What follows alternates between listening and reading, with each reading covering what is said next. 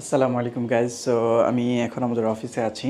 আমি একটা basic vlog টাইপের কন্টেন্ট বানাতে চাচ্ছি আর কি। যে আমাদের অনেক ক্লায়েন্টরা থাকে বা অনেকেই থাকে যে বিভিন্ন ধরনের কোয়েশ্চেন করে থাকে আমাদেরকে, যে তারা এই করতে চাচ্ছে বা জানতে চাচ্ছে। সো আমাকে গতকালকে একজন ভাই মেসেজ করেছিল, মানে কল করেছিল, পরে মেসেজ দিয়েছে যে উনি একটা ফ্ল্যাট কিনতে চাচ্ছে একটা এরিয়াতে। তো ওনার কিছু গাইডলাইন্স প্রয়োজন। তো আমি ভাবলাম, আমি অলরেডি আগে এ নিয়ে ভিডিও বানিয়েছিলাম, বাট তাও আবার একটু বানাই, যেহেতু অনেক দিন হয়ে গিয়েছে কোনো কন্টেন্ট বানানো হয় না। তো মানে ব্যস্ততার মাঝে, তারপর হচ্ছে হালকা টুকটাক একটু লেজিনেসের জন্য বানানো হয় না অনেক সময়। তো আপাতত ভাবলাম যে বানাই। সো ফার্স্টে আমি তাকে কিছু বেসিক গাইডলাইন দিয়েছিলাম যে ফার্স্ট অফ অল, আপনি যদি ফ্ল্যাট কিনতে চান, আপনার সবার প্রথমে যে জিনিসটা প্রয়োজন হবে সেটা হচ্ছে আপনার বাজেটটা নির্ধারণ করতে হবে। তারপর হচ্ছে আপনার লোকেশন, ঠিক আছে? তো এই দুটো জিনিস খুব ইম্পর্টেন্ট, যে আপনি কোন লোকেশনে ফ্ল্যাটটা কিনতে চাচ্ছেন। তার উপর হচ্ছে আপনার ধরুন বাজেটের মধ্যে যে জিনিসটা, যেমন হচ্ছে আপনার ডেভেলপারের সাথে কথা বলে আপনি বুঝতে পারবেন যে বুকিং মানি কীরকম প্রয়োজন, অথবা ডাউন পেমেন্ট কতটুকু দিতে হবে, তারপর হচ্ছে রেজিস্ট্রেশনের খরচ কত আসবে। সো ফর এক্সাম্পল, আপনি যদি ধানমন্ডির সেন্টারে যদি একটা ফ্ল্যাট কিনেন, সেক্ষেত্রে আপনার স্কোয়ার ফিট প্রাইস 15,000 থেকে 20,000 টাকা পার স্কোয়ার ফিট, আরও বেশিও আসে, ঠিক আছে? আর ওয়েস্ট ধানমন্ডিতে হলে একটু কমের রেঞ্জে পাবেন, ধরুন অ্যারাউন্ড 15 থেকে একটু নিচে, মানে 10-এর কাছাকাছি পাবেন, 10,000 টাকা পার স্কোয়ার ফিট। সো এই ক্ষেত্রে আপনার হিসাব করতে হবে যে আপনি কী সাইজের ফ্ল্যাটটা কিনবেন, আপনার বাজেট অনুযায়ী কি হবে কিনা, আপনি কি লোন নিতে হবে কিনা। সো এই জিনিসগুলো আপনার আগে থেকে একটু মাইন্ডসেট রেডি করতে হবে। সো ধরুন আপনার 1,000 স্কোয়ার ফিটের ফ্ল্যাট, আপনি হিসাব করবেন প্রাইসটা এইভাবে, যে 1,000 ইন্টু হচ্ছে আপনার সেই স্কোয়ার ফিট যেই 10,000টা, সেটাকে গুণ করতে হবে। তারপর আপনি ধরুন অ্যারাউন্ড 1 কোটি টাকা এরকম রেঞ্জ আসবে। তারপর এটার সাথে আরও কিছু খরচ থাকে, যেটা হচ্ছে আপনি যদি পার্কিং নিতে চান, পার্কিংয়ের সেপারেট এক্সপেন্স থাকে। তারপর হচ্ছে আপনার ইউটিলিটি এক্সপেন্স থাকে। ইউটিলিটি বলতে হচ্ছে আপনার গ্যাস, তারপর পানি, ইলেকট্রিসিটি, এই জিনিসগুলোর জন্য দিতে হয়। তারপর হচ্ছে আপনার আরও টুকটাক কিছু সার্ভিস চার্জ এগুলো থাকে অনেক সময়। আর রেজিস্ট্রেশন খরচটা ধরুন আপনার, এটাও এরিয়ার উপর ডিপেন্ড করছে যে আপনি কোন এরিয়াতে নিচ্ছেন। আপনি আবার হচ্ছে সাইজের উপরও ডিপেন্ড করছে। আপনার যদি ধরুন 1,600 স্কোয়ার ফিটের বেশি হলে একটা রেট আসে, আবার একটু ছোটো হলে একটা রেট আসে 1,000 স্কোয়ার ফিটের নিচে। তো আপনার এটা মানে লোকেশন প্লাস সাইজ ভেরি অনুযায়ী আর কি, আপনার ভেরিয়েন্স অনুযায়ী আপনার প্রাইসটা আসবে। তো এটা ধরুন অ্যারাউন্ড 4 থেকে 5 লাখ টাকা আসতে পারে, আবার আরও বেশিও আসতে পারে, ডিপেন্ড করছে।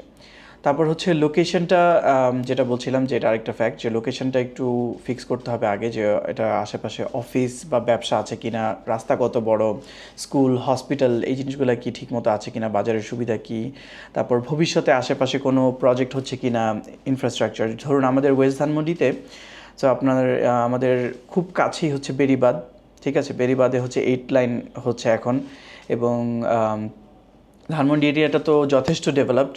সব কিছু, রাস্তাঘাট, সব কিছু এখন ধানমন্ডির মধ্যে পাওয়া যায়। আপনার ধরুন রেস্টুরেন্ট থেকে শুরু করে, এর জন্য জ্যামও বেড়েছে obviously, but bank, hospital, school, college, university, সব কিছুই ধানমন্ডির কাছাকাছি। অ্যান্ড মডার্ন যত অ্যামিনিটিস প্রয়োজন আপনার, দামি দামি ভালো ভালো রেস্টুরেন্ট, সব কিছু এখানে অ্যাভেলেবল। তারপর ট্রান্সপোর্টেশন তো অ্যাভেলেবল আছেই। সো এটার চাহিদাও ভালো। এবং থার্ড যে পয়েন্ট আপনার ফ্ল্যাট কেনার জন্য করতে হবে, সেটা হচ্ছে আপনার ডেভেলপারকে একটু যাচাই করে নিতে হবে, যে আপনি কোন ডেভেলপারের সাথে মানে কাছ থেকে আপনি ফ্ল্যাটটা কিনছেন বা দোকানটা কিনছেন, তার আগের ট্র্যাক রেকর্ড কী, তার কয়টা প্রজেক্ট করেছে। আপনি যে আগে প্রজেক্টগুলোতে যে দেখবেন, সেখানে ক্লায়েন্টের ফিডব্যাকটা কী, এটা জানবেন। সো রিয়েল এস্টেটটা কিন্তু নর্মাল মার্কেটের মতন না, ঠিক আছে? এখানে একটু টুকটাক ভ্যারি করে সব কিছুই, বুঝতেই পারছেন যে বিশাল বড় বড় প্রজেক্ট করতে হয়, অনেকে ছোটোগুলো করে। সো সব মিলিয়েই অন্য ইন্ডাস্ট্রি থেকে একটু ডিফারেন্টভাবে দেখতে হবে, বিকজ এখানে আপনার ইনভেস্টমেন্ট হিউজ লাগে, রাইট? তো আপনারা ধরুন একটা ফ্ল্যাট কিনতেছেন একটা বিল্ডিংয়ের মধ্যে, ওখানে তো আরও 20-30টা ফ্ল্যাটও থাকে, ডেভেলপারের পুরো টাকাটা ইনভেস্ট করতে হয় আগে, ঠিক আছে? আপনার টাইম মতো হ্যান্ড ওভার দিচ্ছে কিনা এটা খেয়াল রাখতে হয়। ডেভেলপার এই জিনিসগুলো সবাই ট্রাই করে যে টাইম মতো হ্যান্ড ওভার দেওয়ার জন্য, বাট অনেক সময় একটু 2-4 মাস এদিক সেদিক হয়ে যায়, যেমন করোনার সময় একটু ডিলে হয়ে গিয়েছিল সবার প্রজেক্টেই বাংলাদেশে। তারপর হচ্ছে মানে যে গত 2 বছর যখন আমাদের সরকার পতন হয়েছে তখনও একটু সমস্যা চলছে। এখনও মানে মার্কেট খুব একটা ভালো যে সেটা বলবো না, মার্কেটটা এখনও ভালো হয়নি। আমাদের সেলস অনেক ডাউন হয়ে গিয়েছে। অ্যান্ড যেটা হচ্ছে আরেকটা বলবো যে জমির কাগজটা আপনার খুবই ইম্পর্টেন্ট, যেটা যাচাই করতে হবে সেটা হচ্ছে যে আপনার কাগজের টাইটেল ডিড, খতিয়ান, তারপর নামজারি, রাজুকের অনুমোদন, এগুলো কিন্তু খুব ভালো করে চেক করে নিতে হবে আপনার। সো এগুলা ফ্ল্যাট কেনার আগে খুবই ইম্পর্টেন্ট, বিকজ জমিতে কোনো মামলা আছে কি না বা এই ধরনের কোনো প্রবলেম আছে কি না, এটা থাকলে পরে কিন্তু সেটা আপনার উপরেই আসবে। সো এই জিনিসগুলো অবশ্যই খেয়াল করে তারপর কিনতে হবে। তারপর ফ্ল্যাটের যে আরও কিছু বিষয় আপনার খেয়াল রাখতে পারেন সেটা হচ্ছে দক্ষিণমুখী ফ্ল্যাট সবাই ট্রাই করে নেয়ার, কিন্তু অলওয়েজ দক্ষিণমুখী ফ্ল্যাটগুলো কিন্তু সবার আগে বুক হয়ে যায়, ঠিক না? তো এটা এখন নতুন প্রজেক্ট সবসময় টাইম মতো সবাই পায় না। আমাদের যেমন এরকম অনেক কেসেস আসে যে আমাদের প্রজেক্টটা অলমোস্ট সব সোল্ড আউট, এখন মনে করেন শেষের দিকে কয়েকটা ফ্ল্যাট বাকি আছে, তো অনেকে এসে এখন দক্ষিণমুখী ফ্ল্যাট চায়। তো অবভিয়াসলি গাইজ, আমরা যখন প্রজেক্টটা শুরু করি তখনই কিন্তু বুকিংটা হয়, ঠিক না? সো তখনই একটা মাথায় রাখতে হবে যে যখন নতুন প্রজেক্ট স্টার্ট হয় তখন রেটটা সবচেয়ে কম থাকে, যত ম্যাচিওর হতে থাকে তত রেট বাড়তে থাকে, অ্যান্ড শেষের দিকে সবচেয়ে বেশি রেট থাকে। তারপর আপনি আলো বাতাস খেয়াল করতে পারেন, পার্কিং আছে কি না, লোকেশন, লিফট, জেনারেটর এগুলো ভালো কোয়ালিটি কি না, পানি, গ্যাস সুবিধা। অ্যান্ড একটা জিনিস মাথায় রাখতে হবে, বর্তমানে মানে 2015 সালের পর থেকে কিন্তু ঢাকার কোনো বিল্ডিংয়েই মানে তিতাস গ্যাসটা থাকে না। তো যাদের আগের লাইনগুলো কন্টিনিউ আছে সেটাই থাকছে, তো এগুলো একটু চেঞ্জ করা হচ্ছে। আর সরকার অনুমতি না দেওয়া পর্যন্ত সবার হচ্ছে ওই আর্টিফিশিয়াল ওয়েতে ইউজ করতে হচ্ছে, মানে আপনার সিলিন্ডার ব্যবহার করে। তারপর আরেকটা পয়েন্ট হচ্ছে যে আপনি আপনার ডিডটা, যেটা ডেভেলপারের সাথে ডিডটা হবে, সেটা খুব ভালো করে চেক করবেন যে সেখানে কি কি থাকছে, আপনার প্রতি স্কোয়ার ফিটের দাম কীরকম পড়ছে, আপনার কোনো হিডেন চার্জ আছে কি না, হ্যান্ডওভারের টাইমটা খেয়াল করবেন। তারপর হচ্ছে ডিলে কোনো ক্ষতিপূরণ বা এই ধরনের কিছু মানে সিস্টেম আছে কি না। তো সব কিছু মাথায় রাখতে হবে। এবং আরেকটা পয়েন্ট হচ্ছে আপনার ফ্ল্যাট কেনার সময়, যেটা আমি ফার্স্টেই বলেছিলাম, যে রেজিস্ট্রেশনের খরচটা আপনার খেয়াল রাখতে হবে যে রেজিস্ট্রেশন খরচ কীরকম আসছে। তো আবার হচ্ছে ভ্যাট, ট্যাক্স, ইউটিলিটি এগুলোর জন্য কীরকম চার্জ, সো এইগুলো খেয়াল করে নেবেন। আর আপনার যদি লোন প্রয়োজন হয় সেক্ষেত্রে আপনার ব্যাংকের সাথে কথা বলতে হবে, একটা না অনেকগুলো ব্যাংকের সাথে কথা বলবেন, তাদের স্পেসিফিকেশনটা জানবেন যে তারা কী কী চাচ্ছে। তো অনেক সময় এরকম হয় যে আপনার বিলিংয়ের ডেভিয়েশনের কারণে আপনার ব্যাংক লোন দিতে চায় না বা অ্যাপ্রুভ করে না। অ্যান্ড বাংলাদেশে কিন্তু 90%-এর বেশি বিল্ডিংই ডেভিয়েশন টুকটাক থাকে সবারই, 100% সবাই মানে না, একমাত্র শুধু লাক্সারি যারা করছে সেগমেন্টে তারা এই টুকটাক মানে। অ্যান্ড যে ব্যাংক লোনের ক্ষেত্রে আরেকটা জিনিস খেয়াল রাখতে হবে সেটা হচ্ছে আপনার ইন্টারেস্ট রেটটা কত আসছে। তারপর ইএমআই, যেটা আপনার ফর এক্সাম্পল আপনি মান্থলি 2 লাখ টাকা ইনকাম করছেন, আপনার ইএমআই আপনার বাজেট অনুযায়ী ফিক্স করতে হবে যে আমার আমি মান্থলি 50,000 থেকে 1 লাখের মধ্যে আমি দিতে পারবো, এটা খেয়াল রাখবেন। আবার কোনো প্রিপেমেন্ট চার্জ আছে কিনা ব্যাংকের লোনের ক্ষেত্রে। তো আমরা এখন যেটা করছি, মানুষকে সুবিধা দিচ্ছি, সেটা হচ্ছে যে কনস্ট্রাকশন পিরিয়ডের টাইমটা, ধরুন আপনার বিল্ডিং যদি 10 থেকে 12 তলা হয়, আপনার 3 বছর 36 মাস থেকে 42 মাস সময় লাগে।